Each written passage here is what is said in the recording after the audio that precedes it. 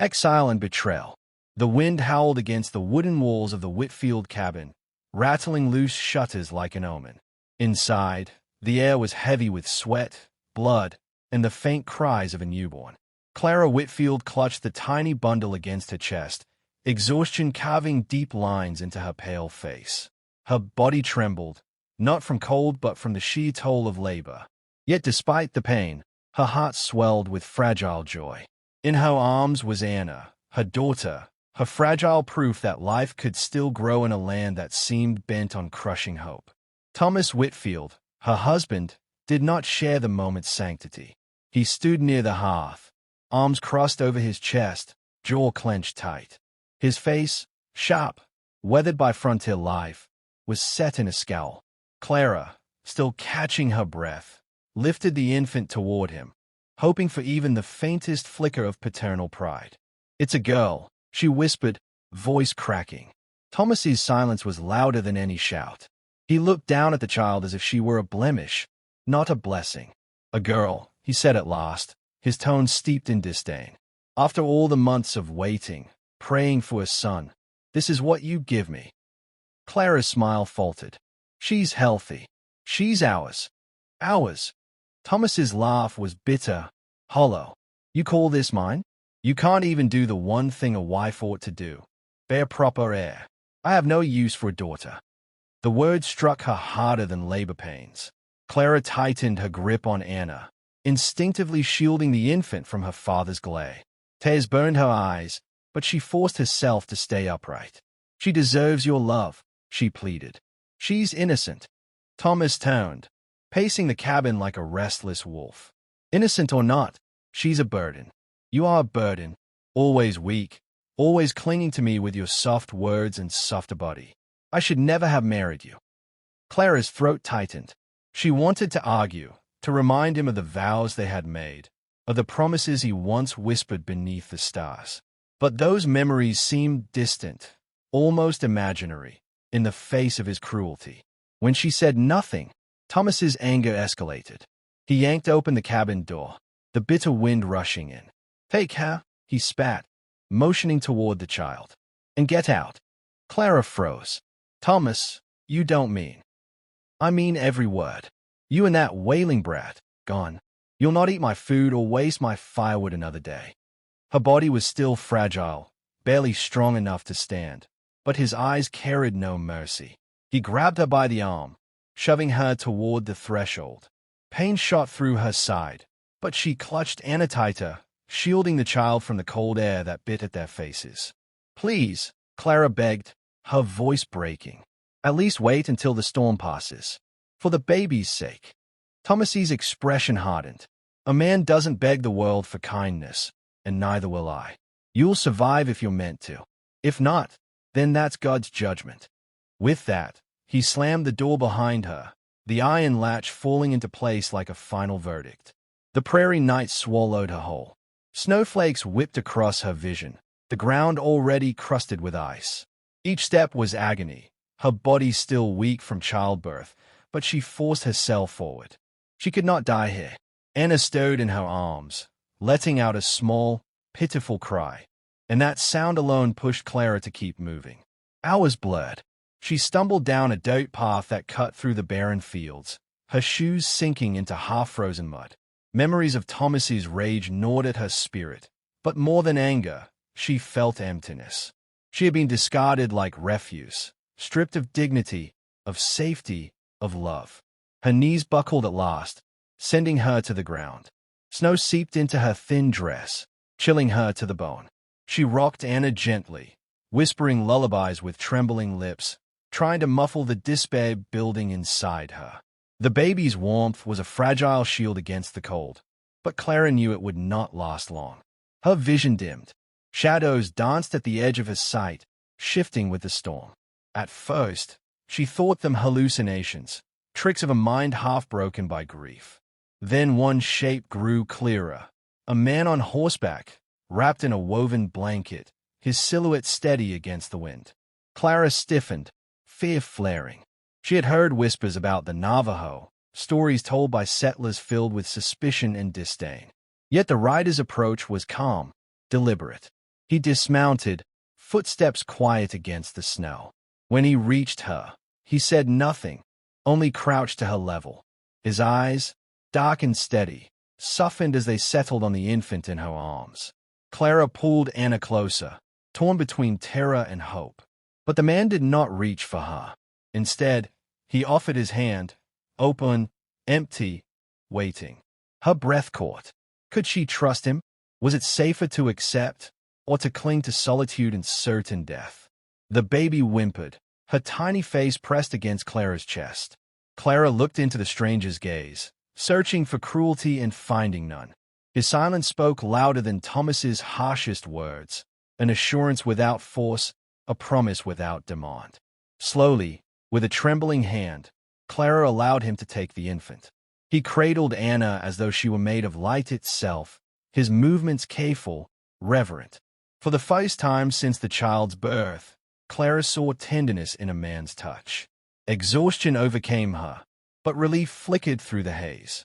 She did not know his name, nor his intentions, but she knew this: he had seen her when no one else would. And that was enough to keep her breathing through the storm. The shelter of kindness. Clara woke to the crackle of a fire and the earthy scent of sage. For a moment, she thought she had dreamed the storm, Thomas's fury, and the stranger's arrival.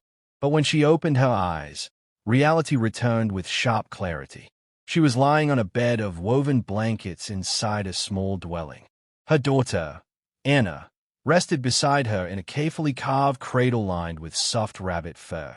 Across the room, the Navajo man tended the fire. His movements were quiet, purposeful, without the harshness Clara had grown accustomed to.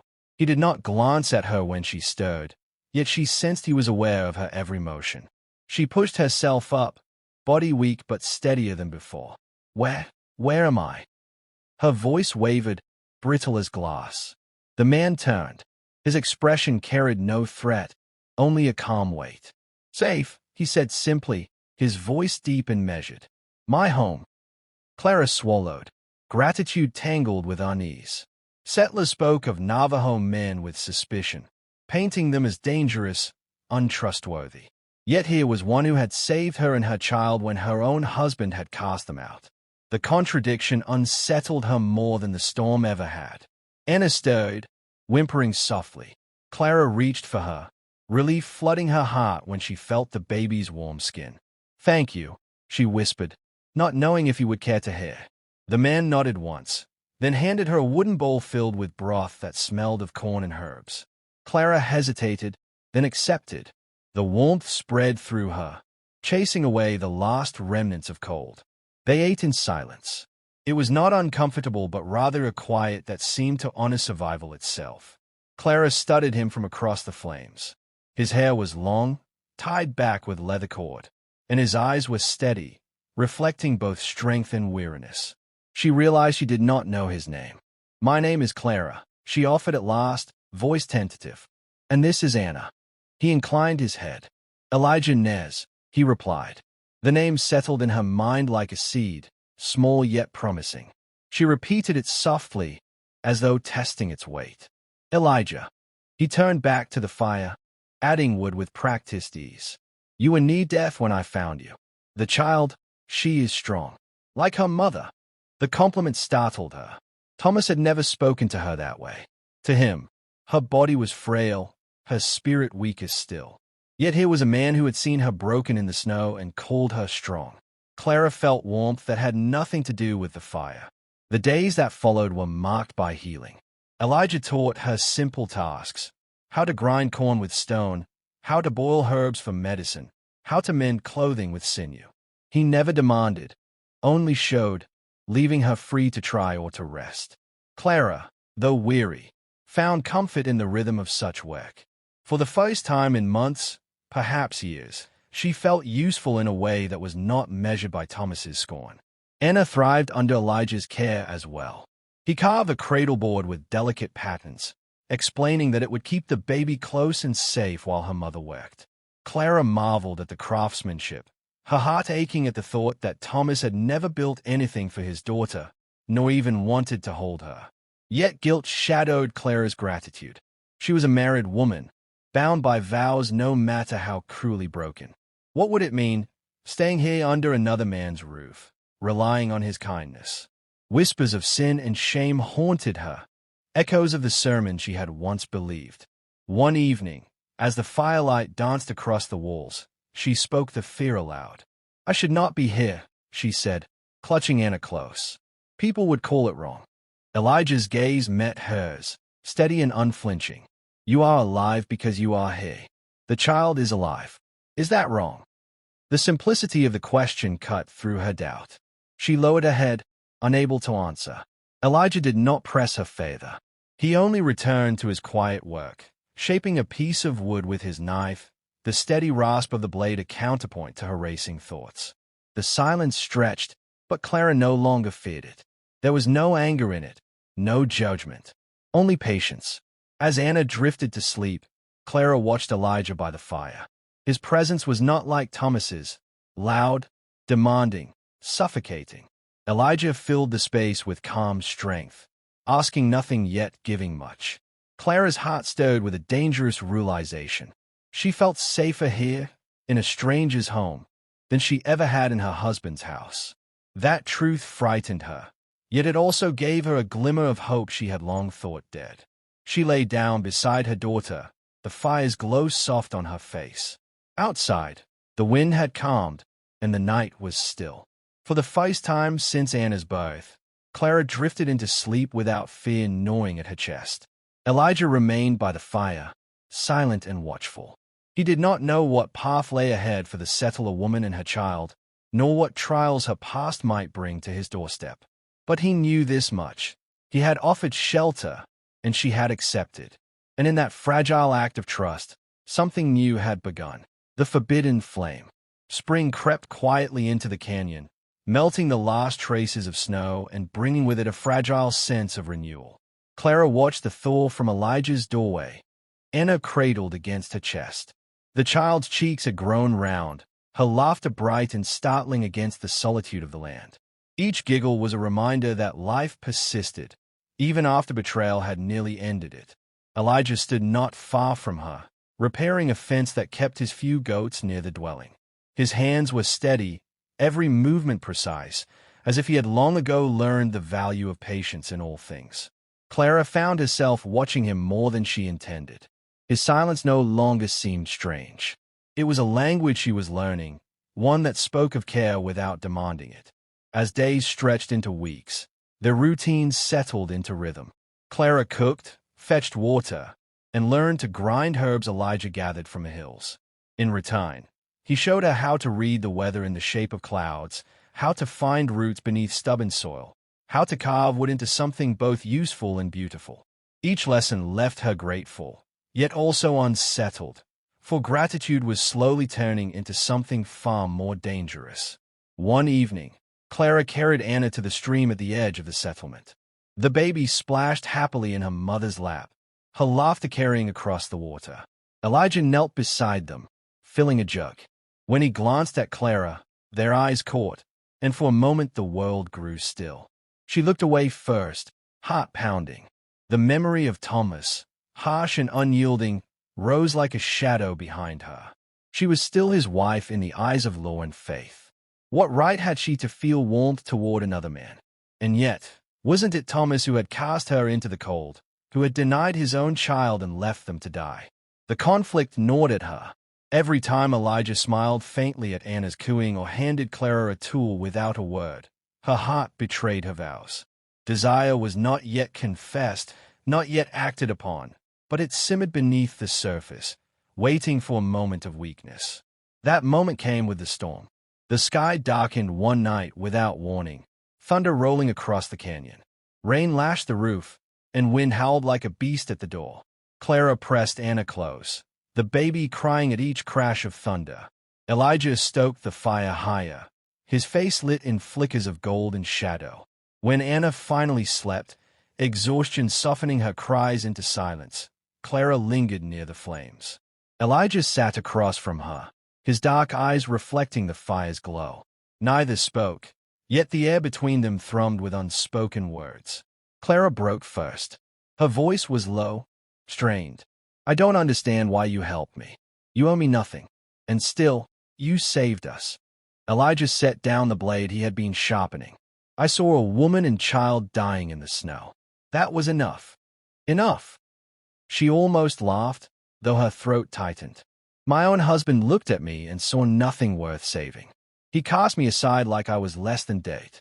His gaze deepened, steady as stone. Then he is blind. I see a mother who fought the storm with her child in her arms. That is not nothing. That is strength. The words struck her harder than Thomas's cruelty ever had. For so long she had believed herself weak, unworthy. To hear the opposite, spoken with such quiet certainty, unraveled something inside her. She tried to reply but faltered. Instead, her eyes filled with tears she could no longer hide. Elijah rose, crossing the space between them. He did not touch her at first, only stood close enough that she could feel his presence, solid and reassuring.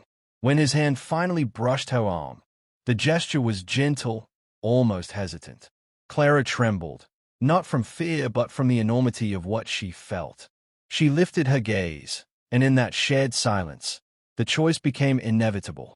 Their lips met, hesitant at first, then fierce, as though years of longing had been poured into that single moment. Clara clutched his shoulder, allowing herself to feel what had been denied to her for so long: tenderness, passion, and the certainty of being wanted. When the kiss broke, reality rushed back. Clara stepped away, breath uneven. Guilt stabbed at her chest, sharper than any blade. "This is wrong," she whispered, though her voice carried no conviction. Elijah did not argue, nor did he reach for her again. He only said, "What is wrong to others does not change what is true here." His hand rested lightly over his heart. Clara turned, cradling Anna as though the child's innocence might shield her from the weight of sin. Yet as she pressed her lips to the baby's soft hair, her mind returned to Elijah's kiss, to the truth she could not deny. She had tasted something she could never forget. The storm raged outside, but within the small dwelling another storm had begun, one that would not pass so easily. Love, loss, and choice. The storm had passed, but its echo lingered within Clara's chest. Days unfolded with uneasy quiet, each glance at Elijah carrying the weight of what had transpired between them. She went about her tasks, fetching water, rocking Anna to sleep, tending the fire. But her thoughts were restless, circling the memory of his lips on hers. It was both a comfort and a wound. Elijah never pressed her, never sought to claim what had already been shared. His silence spoke of restraint, of respect for a choice that was not his to make. Yet his presence itself was a reminder, every gesture of kindness deepening the conflict within Clara's heart. Then came the day Thomas returned. Clara was outside, hanging strips of cloth to dry in the pale sunlight, when the sound of hooves thundered down the canyon trail. She turned, blood draining from her face as she saw him. Thomas dismounted with a fury that seemed to shake the ground. His eyes burned as they swept over her, then fixed on Anna, cradled against her chest. "So it's true," he spat, his voice sharp as broken glass. "My wife whoring herself out to a Navajo, parading my child like she belongs here." Clara flinched at his words, but did not step back. Fear churned inside her, yet something steadier rose to meet it. "You threw us out," she said, her voice trembling but firm. "You left us to die." Thomas sneered. "A husband has the right to cast out what shames him. But I'll not have my name sullied by your filth. You're coming back with me." Elijah appeared then, moving with deliberate calm from the doorway. He did not raise his voice or brandish a weapon. He only stood between Clara and Thomas, his posture unyielding. "She owes you nothing," he said. Thomas's hand dropped to the pistol at his side. "Out of my way, savage. She is mine." The word stung Clara more than the threat itself. Mine, as though she were property, not a woman with her own will, her own life. She clutched Anna tighter, her heart pounding. "Elijah, don't," she whispered, fearing bloodshed. But Elijah did not move. His gaze held Thomas's with quiet steel. A man who abandons his wife and child has no claim. Thomas's face twisted in rage, but before he could draw the weapon, Clara stepped forward. For years she had cowered under his shadow, endured his contempt, silenced her own spirit. Not now. Not after tasting what it meant to be seen, to be valued. No, she said, her voice sharp and clear. I will not go with you. I will not raise my daughter in a home of cruelty and hate. You lost me the night you cast me into the snow. Thomas's eyes widened, disbelief warring with fury. You dare defy me? Yes. Clara's grip on Anna tightened, her courage blazing brighter than her fear. I am not your possession. I am a mother, and I choose what keeps my child safe. That choice is not you. The words struck harder than any blow. Thomas staggered as though she had driven a knife into his pride. His hand hovered at the pistol, but some part of him must have recognized the futility. Elijah stood ready, silent as stone, and Clara's eyes held no fear now, only finality. With a curse, Thomas turned on his heel, mounted his horse, and spurred it hard. The sound of hooves faded into the distance, leaving behind only the echo of his rage. Clara's knees weakened, but Elijah was there, steadying her without a word. She let out a shuddering breath, tears spilling freely. The weight of her defiance pressed down on her shoulders, but beneath it was something greater, freedom. Elijah looked at her, eyes unreadable, as if waiting for her to decide what this freedom meant. She met his gaze, her heart trembling but resolute. I cannot undo the vows I made, she whispered, but I can choose a life that is not bound by cruelty. If that means walking beside you, then I will walk. For the first time, Elijah's expression softened into a true smile, small, quiet, yet filled with promise. That night, as Anna slept peacefully in the cradle Elijah had carved, Clara sat by the fire with him. Their hands met, not in secrecy or shame, but in the open glow of flame. It was not the reckless heat of the storm, but a steady warmth, the kind that could endure. Clara knew whispers would follow her, that some would brand her faithless, unclean.